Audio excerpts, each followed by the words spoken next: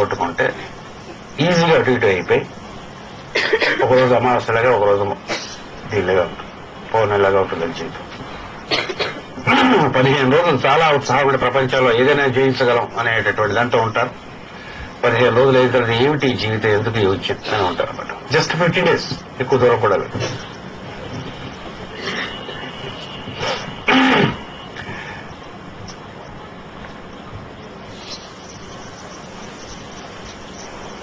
ఎప్పుడైతే ఈ డిప్రెషన్ కాదు అంటే ఉశ్వాసం ఉంటుంది కదా, అలా కొడుకుని ఉంటారు కదా పల్సెస్. ఎప్పుడైతే క్యాన్సర్ వాళ్ళు కొంచెం బాగులేదు అని అనిపిస్తుందో, కొంచెం డిప్రెషన్ లో ఉంటారో, ప్లేన్ షిఫ్ట్ అయిపోతారు, భావమయమైనటువంటి లోకాల్లో వెళ్తారు.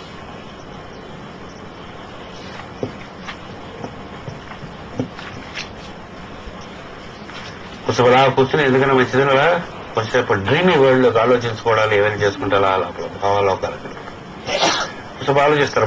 అసలుగే దీని లాడేవాడు అసలు ఆలోచించకుండా ఉన్నవాడు అలా ఆలోచిస్తుంటారు అనమాట.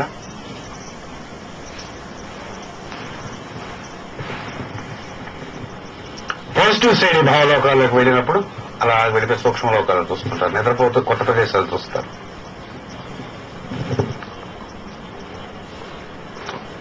ఒకసారి వీళ్ళకి సంభాషణ అనిపిస్తాయి చాలా ప్యూర్ అయినటువంటి వారికి.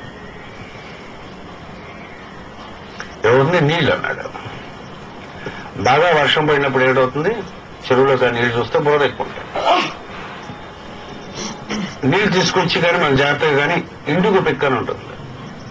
మా చిన్నప్పుడు ఉండేది. మా చిన్నప్పుడు ఎప్పుడు కూడా ట్యాపులు లేనప్పుడు ఏం చేసేవాళ్ళం అంటే మా ఇంట్లో మడిగా స్నానం చేసి చెరువు నుంచి నీళ్లు తెచ్చుకున్నారు. అప్పుడు ట్యాపులు ఇప్పుడు ఏమి ఉండేవి కాదు. మడి ఏం సార్ ఏదో చెప్పారు, ఆయన ఏదో పేరు ఉంది, ఇండుగు పిక్ అంట. అది వేసేవారు. బిందు తెచ్చుకుని అందులో వేసుకుంటే ఎంత చేస్తే పై ట్యాప్ నీళ్ళు తీసుకుని తర్వాత తాగి వెళ్ళి బ్యాగ్స్ పెట్టుకోవడం. కొంతవాళ్ళు డైరెక్ట్ గా ధైర్యం ఉన్నవాళ్ళు తాగేవారు, ఉన్నా సరే తాగేవాళ్ళు. ఆ రోజుల్లో అలా ఉండేది అనమాట. ఆ ఇంటికి పక్క ప్రభావం ఎలాగొస్తుందంటే ఆకాశంలో ఒకటి నక్షత్రం ఉంటుంది, దాని యొక్క ప్రభావం ఎలా ఉంటుంది. ఆ నక్షత్రాన్ని కెనపస్ అనేటటువంటి పేరుతో పిలుస్తారు. ఇందులోనే ఉంటుంది క్యాన్సర్.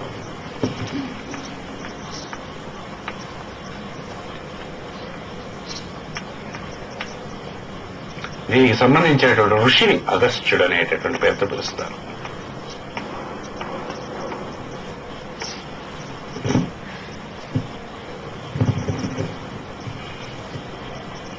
ఆయన యొక్క సూపర్విజన్లోనే వరుణుడు వర్క్ చేస్తుంటాడని చెప్తారు.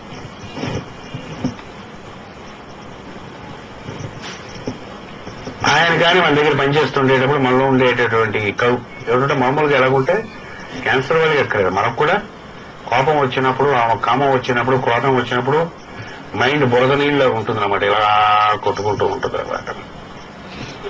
అగస్త్యుడు అనేటటువంటి ఆయన్ని మహర్షిని కానీ ఒకసారి ధ్యానం చేస్తే ఎలా చేయాలన్నమాట, శ్వాస మీద మనస్సు పెట్టాలి. ప్రాణాయామం చేసినప్పుడు మనస్సు సుధం చెందటం అనేటువంటి మొదలుపెట్టిన తర్వాత నీళ్లు లేనటువంటి శరత్కాలంలో నీళ్లు ఎప్పుడైతే తేటగా ఉంటాయో రిఫ్లెక్షన్ కనిపిస్తుంది, కింద ఏమిటుందో కనిపిస్తుంది. బురదగా ఉండేటప్పుడు బురద కనిపిస్తూ ఉంటుంది, మన కామక్రోధాలు కనిపిస్తూ ఉంటాయి. వీళ్ళు కూడా క్యాన్సర్ వాడు చాలా నిర్మలంగా ఉండి చాలా బాగుండేటటువంటి రోజుల్లో అవతల వాడి మైండ్లో ఏమిటుందో అన్ని మొత్తం రిఫ్లెక్ట్ అయిపోతాయి, అర్థం పట్టే కదా. ఇమోషనల్ గా డిస్టర్బ్ అయ్యారా వాళ్ళ సంగతి వాళ్ళకే తెలియదు, ఏం చేస్తున్నారో తెలియదు, అటువంటి దాంట్లో కొట్టుకెళ్ళిపోతారు.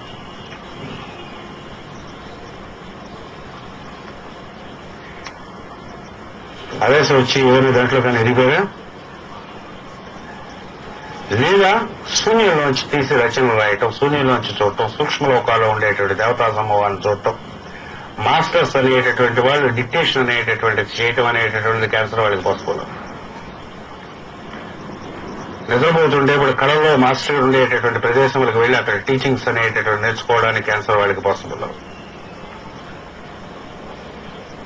సో మామూలుగా క్యాన్సర్ వాళ్ళకి మనందరికంటే ఎక్కువ కళలు ఉంటాయి. ఒకసారి కళ్ళు సీరియల్ లాగా వచ్చి, ఇవాళ కొంచెం కళ వచ్చి, రేపు పొద్దున కొంచెం కళ వచ్చి, సీరియల్ లాగా వచ్చి, ఒకే కళ గడిగిడికి వచ్చి, రకరకాలైన కళలు వచ్చి, ఎక్కువ కళలు పొరపాటున ఒకసారి అయిపోతుంటాయి. భవిష్యత్ సూచికములుగా ఉంటాయి వీళ్ళకి. వీళ్ళు అస్ట్రాలజీ కానీ ప్యూర్ మైండ్ తో కానీ ఆరోగలిగితే మాత్రం అదృశ్య లోకంలో ఉండేటువంటి రహస్యములన్నీ తెలుసుకుని ఇమ్మీడియట్ గా చెప్పగలరు.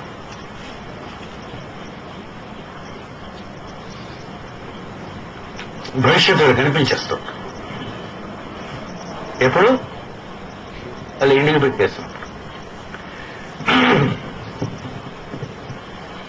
నేను ఇప్పుడు క్లియర్ గా ఉంటాయి, లేనప్పుడు అంతా కన్ఫ్యూజన్ గా ఉండే, దిగులుగా ఉండే, ఏమిటి చేస్తున్నావు తెలియదు, ఏమిటి అవుతున్నావు తెలియదు. చాలా అపేక్షలు ఉంటాయి వీళ్ళకి.